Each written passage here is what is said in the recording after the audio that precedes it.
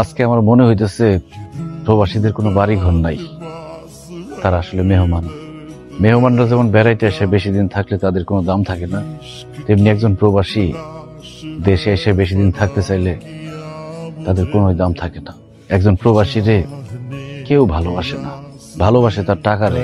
টাকা যতদিন থাকে ততদিন তাকে মাথায় তুলে রাখে, টাকা শেষ হয়ে গেলে মাথা থেকে আছাড় দিয়ে ফালাই দেয়।